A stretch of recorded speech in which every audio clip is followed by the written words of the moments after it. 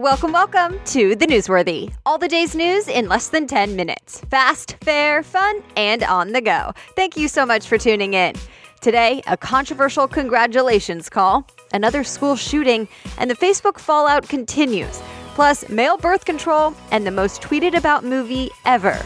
That and much more in less than 10 minutes. I'm Erica Mandy. Today is Wednesday, March 21st. You ready? Let's do this. President Trump talked with Russian President Vladimir Putin and said the two had a, quote, very good call. Trump reportedly congratulated Putin on winning the election over the weekend and says they plan to meet in person soon.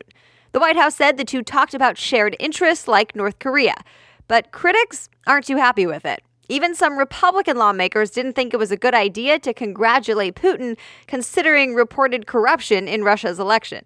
The New York Times reports the president did not mention any of the other topics that the rest of the world is pretty mad about, like Russia's involvement in the poisoning of a former British spy and Russia interfering with the U.S. election in 2016. But White House officials say Trump feels keeping a good leader-to-leader relationship is the only way to improve things. More Facebook fallout, and this time, cue the investigations. Bloomberg reports the federal government, specifically the Federal Trade Commission, or FTC, is looking into whether or not Facebook violated a data privacy agreement. And attorneys general in New York and Massachusetts just said they're doing a joint investigation into both Facebook and the data firm involved, Cambridge Analytica. A couple other states are also looking into all this. Quick reminder. Cambridge Analytica is a data firm now accused of getting personal info from 50 million Americans that use Facebook, and the firm is linked to the Trump campaign and Steve Bannon. The firm's CEO is now suspended, and Reuters says shares of several social platforms, not just Facebook, fell again this week. P.S. There's a new hashtag going around called Delete Facebook, and even a guy who sold his company to Facebook is getting on board with it. Other people are complaining that they haven't heard much from the head honchos at Facebook, Mark Zuckerberg and Sheryl Sandberg. And Time reports if you're feeling a little freaked out about who has access to your info on Facebook, check your settings and specifically which third-party apps are authorized there. It's at least a start.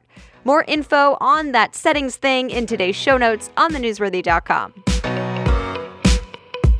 There was another school shooting, this time in Maryland. 2 students were hurt yesterday, but an armed security officer quickly ended the whole thing. The only person who died is the 17-year-old gunman.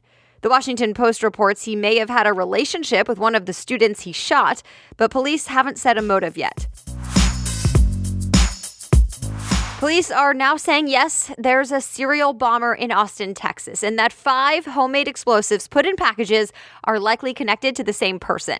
And Reuters reports another suspicious one was handed over to law enforcement. All of these explosives were put in packages and left near homes, or in yesterday's case, found at a FedEx distribution center. A couple people have died and several were hurt because of these this month. By the way, you may have heard of a 6th explosion yesterday, but police say that one was not connected. It was actually an old military device donated to Goodwill. Police say it was not the car's fault. I'm talking about Uber's self-driving car that hit and killed a woman in Arizona. Remember, this is the first time a self-driving car has hit and killed a pedestrian, and it caused Uber to stop its other self-driving car testing.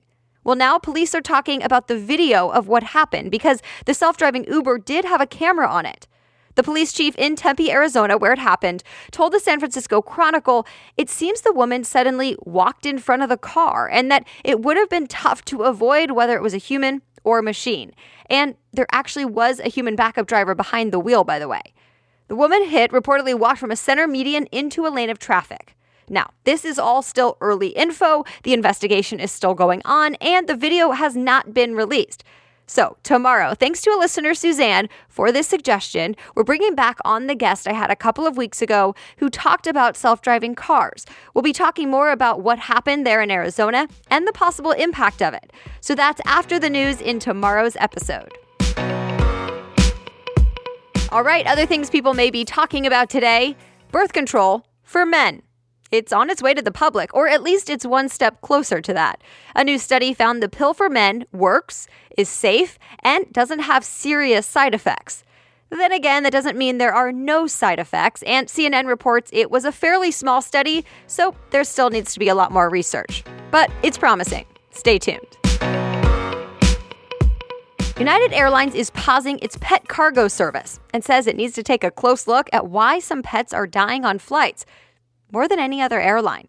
MarketWatch says this comes after an incident last week. A dog died in the overhead compartment. One passenger says the flight attendant made the owners put the dog up there. So United is reviewing policies and working on some changes.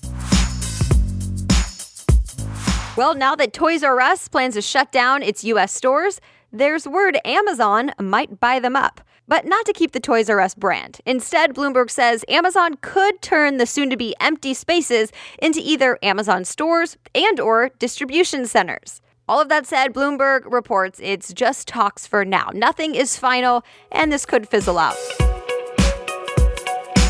More stores are jumping on the bandwagon to skip the cashier altogether. USA Today reports Macys will soon let you skip the checkout line and just use its mobile app to check yourself out, to use your phone to scan and pay and then be done. It'll work for almost everything except for things like fine jewelry. The new shopping method is supposed to start as a test later this month. Macys is also planning a new virtual reality furniture experience that's set to go into about 60 stores this fall.